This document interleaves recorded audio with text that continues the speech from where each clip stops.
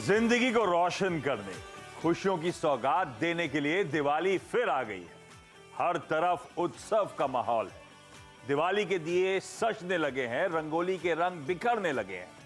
नई शुरुआत की उमंग हर चेहरे पर खिलने लगी है। हमारी तरफ से भी आपको दीपावली की ढेरों शुभकामनाएं। दिवाली के मौके पर भारतीय बाजारों में खुशहाली का मूड है। बाजार नए शिखर छूने को बेताब नजर आ रहा है। भारतीय बाजार ग्लोबल चिंताओं को लेकर फिक्रमंद नहीं है। पिछली दिवाली से देखें तो इंडेक्स भले ही फ्लैट रहा हो, लेकिन ऐसे कई शेयर हैं जिन्होंने शानदार कमाई कराई है। ऐसे में निवेशकों को अगली दिवाली तक धमाकेदार रिटर्न्स देने वाले शेयरों की तलाश है।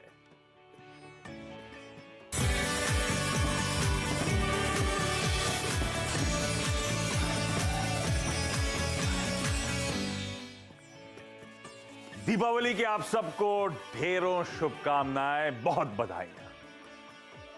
और गिफ्ट तो बनता है, और हम शेयर बाजार वालों को और क्या चाहिए। रॉकेट के माफिक चलने वाले को शेयर मिल जाएं नए संवत के लिए, सोने पे सुहागा। तो नए संवत में समृद्धि वाले शेयर्स, और एक नहीं, दो नहीं, 8 स्टॉक्स की चर्चा करने वाला हूं। तो अपना पेन पेपर रेडी रखिएगा।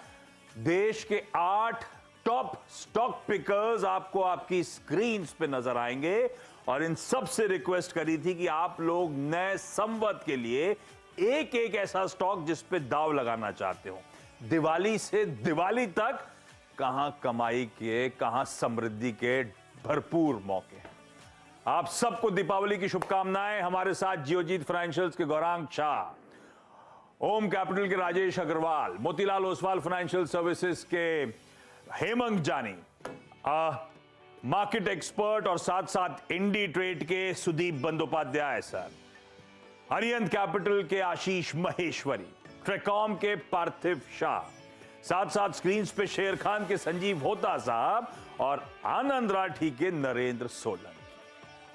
सारी टॉप ब्रोकरेजेस, सारे टॉप स्टॉक पिकर्स आपकी स्क्रीन्स पर, और ये करेंगे मदद। और क्योंकि 8 स्टॉक, समय कम, बिना समय वेस्ट करे जो शो का प्रेमाइस है स्टॉक पिकिंग का, उसकी शुरुआत कर रहा हूं। गौरांग सर, दीपावली जानी जाती है गंदगी साफ करने के लिए और नई खरीदारी करने के लिए।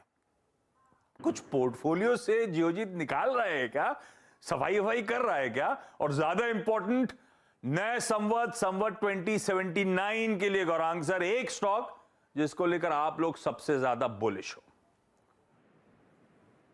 बहुत बहुत धन्यवाद आशीष आपका, और आप सभी को शुभ दिन। सीएनबीसी आवाज के दर्शक, सीएनबीसी आवाज की टीम, मंच पर उपस्थित सभी महानुभावों को धनतेरस, दिवाली और नव वर्ष की बहुत सारी शुभकामनाएं, और परमात्मा से प्रार्थना है कि आप सभी का स्वास्थ्य अच्छा रहे, ठीक रहे और बना रहे।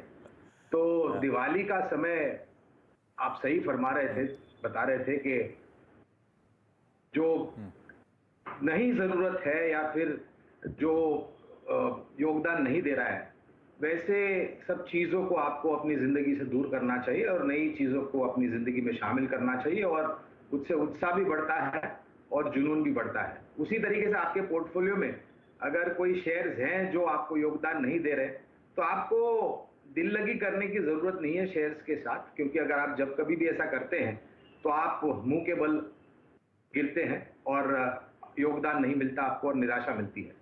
तो ये समय पर्याप्त है। अगर पुराना शेयर्स जो योगदान नहीं देता उसको निकाल करके आप नए शेयर्स जोड़े, और विकल्प के रूप में इस दिवाली से लेकर के अगली दिवाली तक हमने ऑटोमोबाइल की एक बहुत बड़ी और दिग्गज कंपनी जिसका जिक्र हमने किया है पहली बार शो में भी, तो Mahindra and Mahindra auto sector से जुड़ी कंपनी कमूमन सभी प्रकार के ये वाहन बनाती है। सिर्फ पैसेंजर व्हीकल में थोड़ी बहुत खामियत है, लेकिन SUV, UVs, SUV, commercial vehicles, 2 wheelers, agri equipments, tractors वगैरह वगैरह। और जिस तरीके से हमारा अनुमान है, एक बहुत बड़ा परिवर्तन ऑटो सेक्टर का हमने होते हुए देखा। ये एक कंपनी है जो मेरे ख्याल से आगे बढ़ते हुए योगदान देगी। लंबी अवधि से अगर आप मुझे लक्ष्य पूछते हैं आशीष, तो 1800 का लक्ष्य फिलहाल निर्धारित किया है।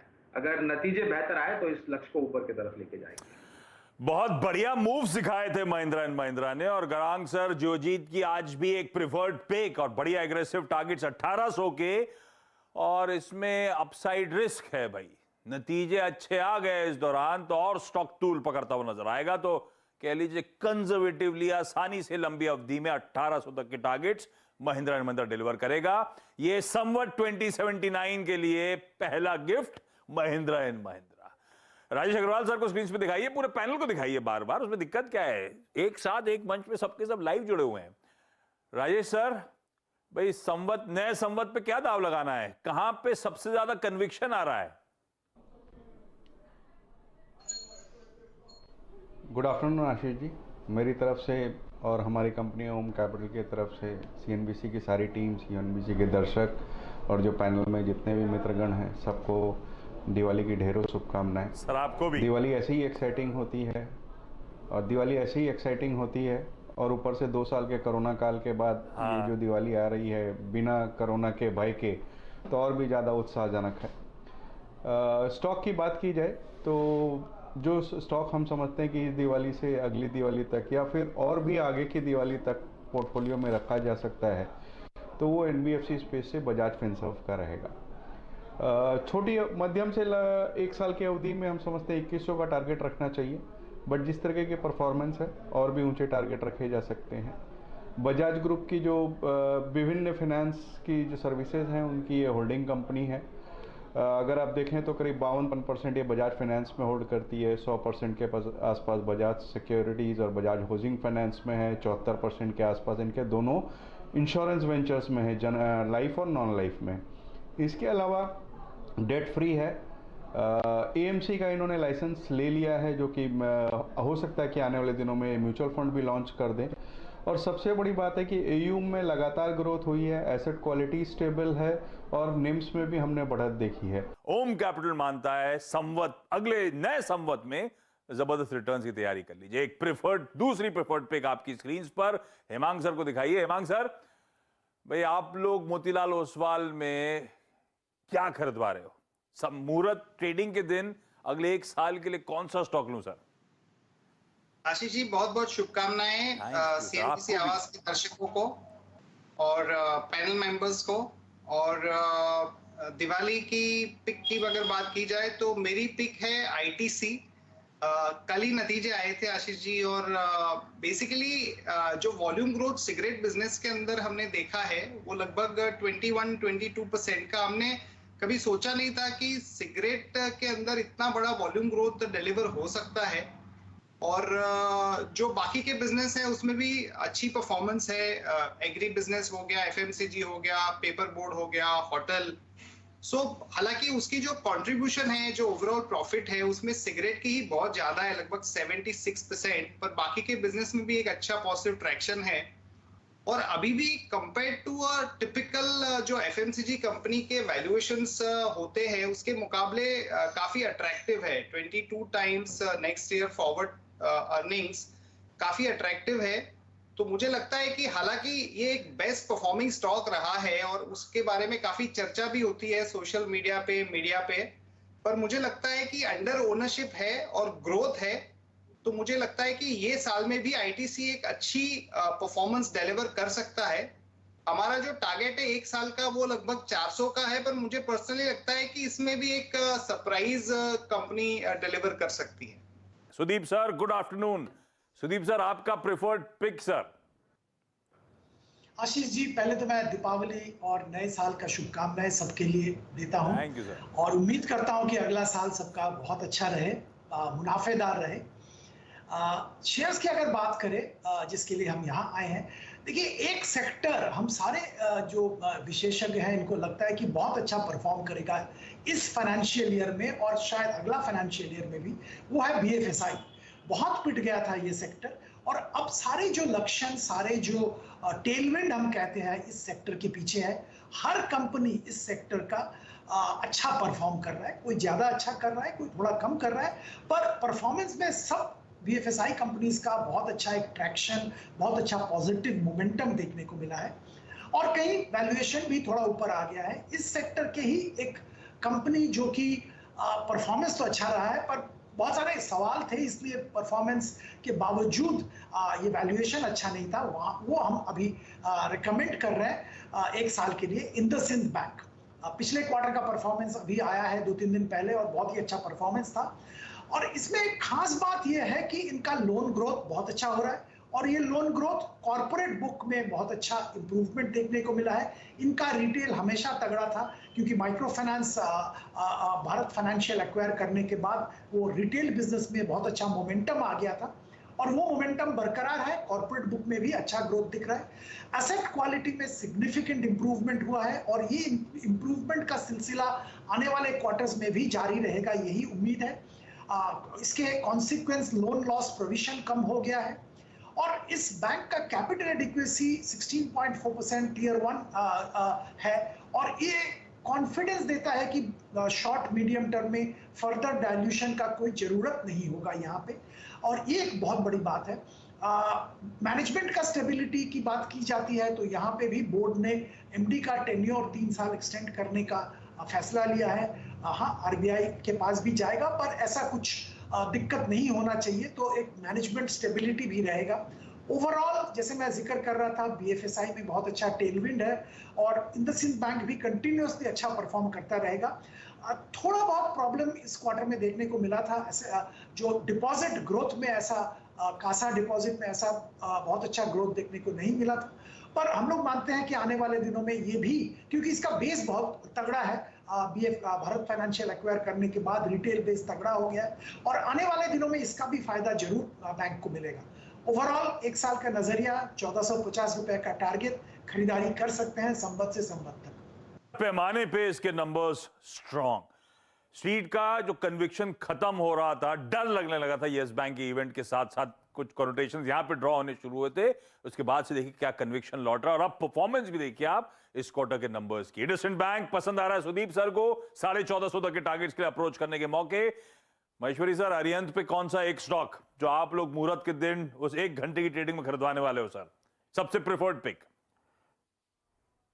सबसे पहले तो आशीष आपको दिवाली की बहुत बहुत थैंक शुभकामनाएं। यू सर, आपको भी। जरूर सीएनबीसी आवाज के दर्शकों को मुझे ज्यादा शुभकामनाएं देने की जरूरत नहीं है दिवाली की, क्योंकि यदि आप सीएनबीसी आवाज देखते हैं तो यहाँ रोज ही दिवाली होती है, तो रोज ही मुनाफों की दिवाली यहाँ पर देखने को मिलती है, क्योंकि काफी बेहतरीन कवरेज और काफी बेहतरीन गेस्ट का जो आप बुके डेली लेकर आते हैं, तो उसका बहुत बेनिफिट सीएनबीसी आवाज के दर्शकों को मिल रहा है, तो इसलिए मुझे अलग से दिवाली की शुभकामनाएं देने की जरूरत नहीं है।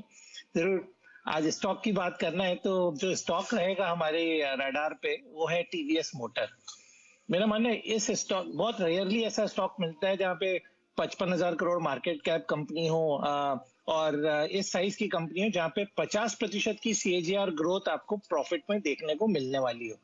तो मेरा मानना है कि अगले 2 साल में ये इसका प्रॉफिट जस्ट डबल हो जाने वाला है टीवीएस मोटर का, और यही रीजन है इसको FIIs, DIs left and right जब भी उन्हें मौका मिलता है तो इस स्टॉक को किटी में अपना ऐड कर रहे हैं।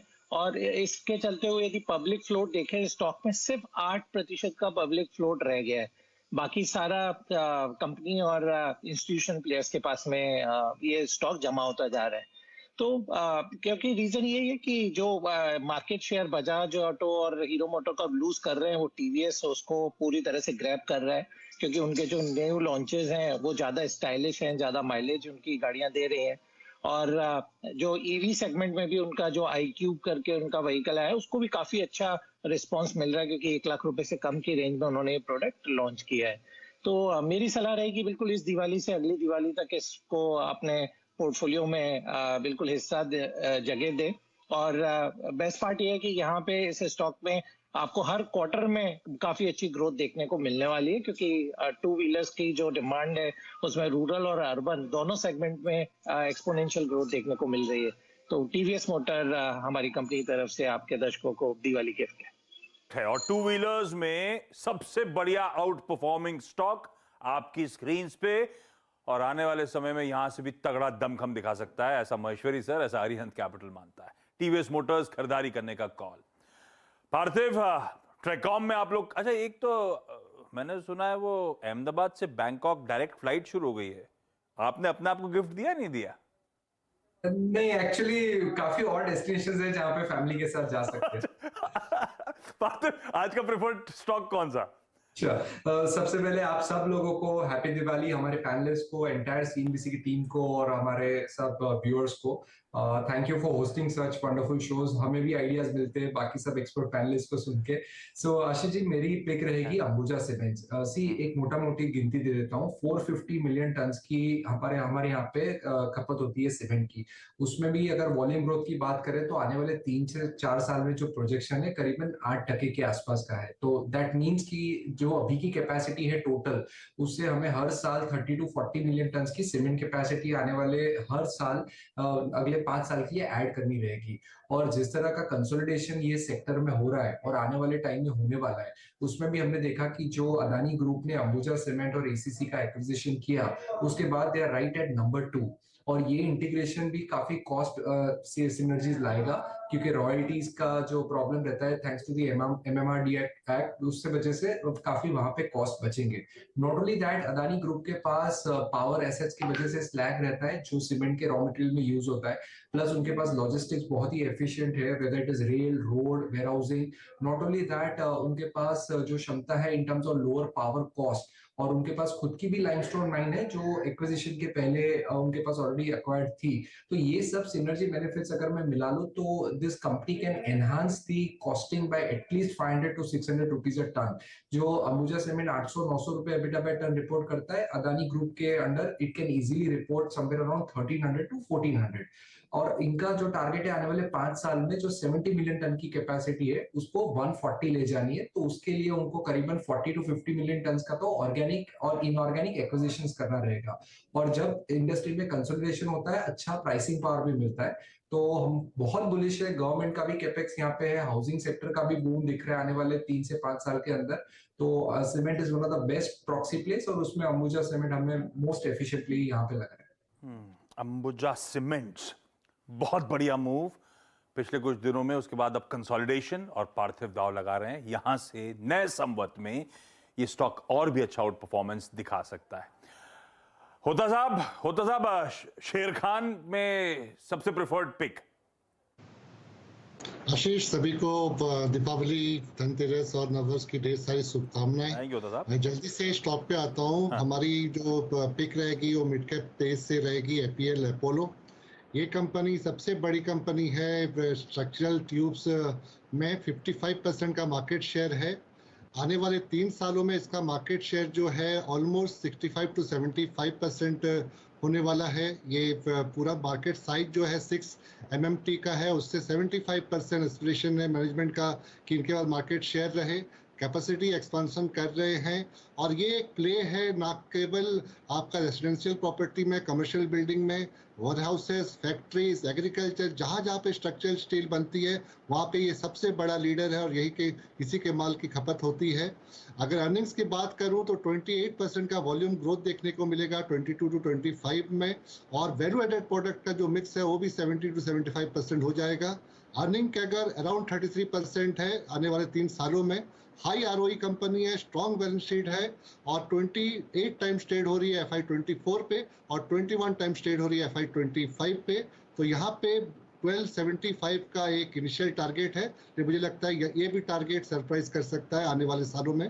तो APL अपोलो को बाय करना चाहिए दिवाली के लिए। 1275 के टारगेट्स के साथ APL अपोलो पसंद आ रहा है शेर खान को, और आनंद राठी को क्या पसंद आ रहा है ये बताएंगे आपको सोलंकी साहब। सोलंकी साहब, सबसे प्रिफर्ड नए संवत का pick. Good afternoon Ashish ji, and आपको, आपकी टीम को और आपके दर्शकों को शुभ दीपावली हमारी तरफ से। Thank you sir. हमारा जो पिक है वो mid cap small cap space से है, और ये कंपनी मार्केट लीडर है अपने इंडस्ट्री में, 25% मार्केट शेयर रखती है, और मेडिकल कंज्यूमेबल्स सप्लायर है।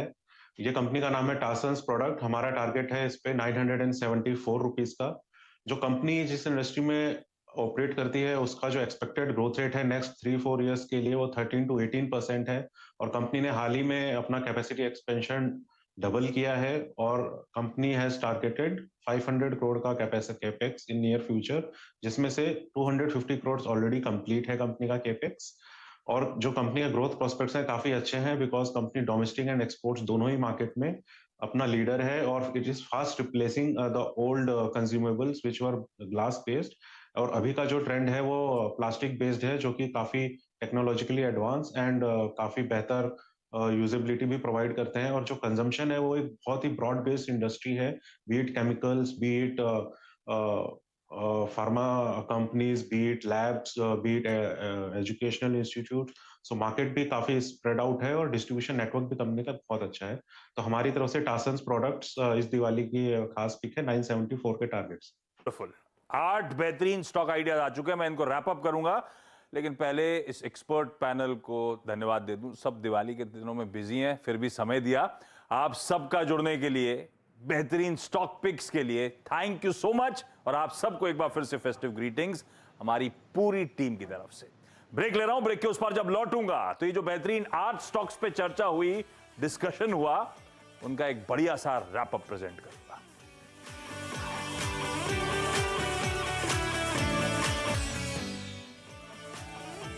ब्रेक के बाद आपका स्वागत है। आज हमारी कोशिश थी कि नए संवत 2079 जिसकी शुरुआत होने जा रही है, कौन से ऐसे 8 स्टॉक्स हों जो आपके पोर्टफोलियो में इंक्लूड करे जाएं, जिससे समृद्धि के और द्वार खुलते हुए नजर आए। देश के जाने माने स्टॉक पिकर्स के एक एक चुने हुए बेहतरीन पिक्स अब आपकी स्क्रीन पर। ITC, Mahindra and Mahindra, IndusInd bank, Bajaj Finserv, ये 4 निफ्टी 50 की कंपनीज जो रखिएगा रडार पे। वायदा बाजार में टीवीएस मोटर्स, अंबुजा सीमेंट्स 2 और प्रेफर्ड पिक्स हो गए उस स्पेस के जो पसंद आ रहे हैं एक्सपर्ट्स को। इनके अलावा एपीएल अपोलो और टारसन प्रोडक्ट्स, ये वो 8 स्टॉक्स हैं जो चाहें तो आप मुहूर्त ट्रेडिंग के दिन, चाहें तो आने वाले साल के दौरान एक्यूमुलेट करें। हमारे एक्सपर्ट्स, देश की तमाम जानी मानी ब्रोकरेजेस का कन्विक्शन आइडियाज हैं जो आपकी स्क्रीन पर। इस नोट पर इस प्रोग्राम को यहीं खत्म कर रहा हूं। आप सबको हमारी टीम की तरफ से दीपावली की ढेरों शुभकामनाएं।